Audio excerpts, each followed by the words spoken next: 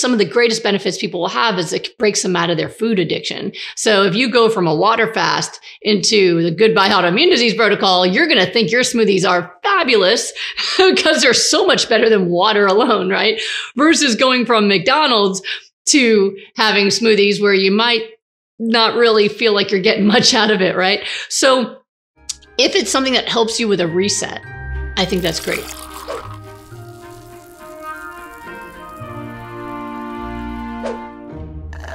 Hey, doctor, does fasting work as a restart?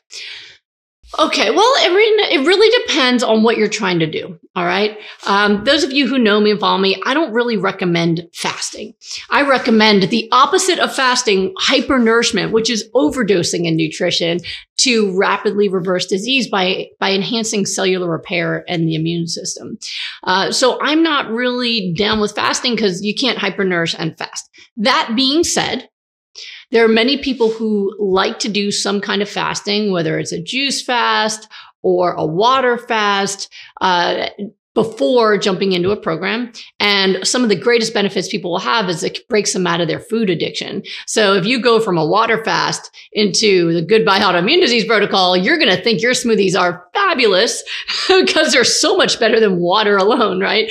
Versus going from McDonald's to having smoothies where you might not really feel like you're getting much out of it, right? So if it's something that helps you with a reset, I think that's great. I've had a lot of referrals from people from places where they do things like water fasting, especially for people with autoimmune disease, because what often tends to happen is while they're fasting, they get some remission, but then when they start eating anything, symptoms come back. So it basically is saying that not eating is better than whatever you were eating before, which, ouch, right? But it's not going to give you what you need to recover, because remember, the reason people are having full reversal of disease and maintaining that using my protocol is because they're actually getting cellular repair. So there's a difference between irritating your body by creating more inflammation by eating things that are inflammatory, right? So if you eat animal products, sugars, processed foods, heavy fats and oils, things like that,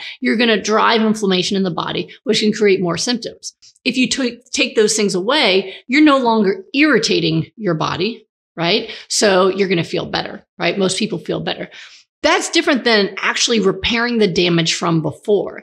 So for example, when some people will tell me, as long as I eat plant-based, I don't really have much symptoms, but the moment I eat anything that's got sugar or something, my symptoms come back. I always tell them that means you're not fully healed. You're just in a state where you're not irritated anymore.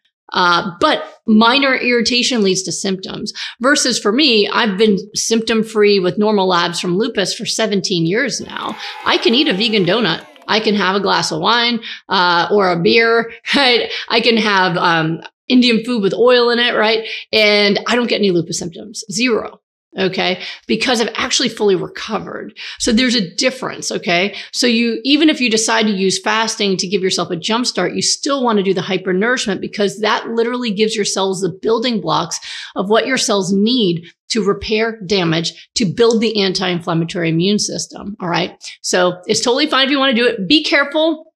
If you're going to do extended water fasting, please do it medically supervised. I did have a client once who ended up in a coma with bone marrow failure from a water fast. He went into starvation mode and his bone marrow failed. It was horrible, horrible, horrible.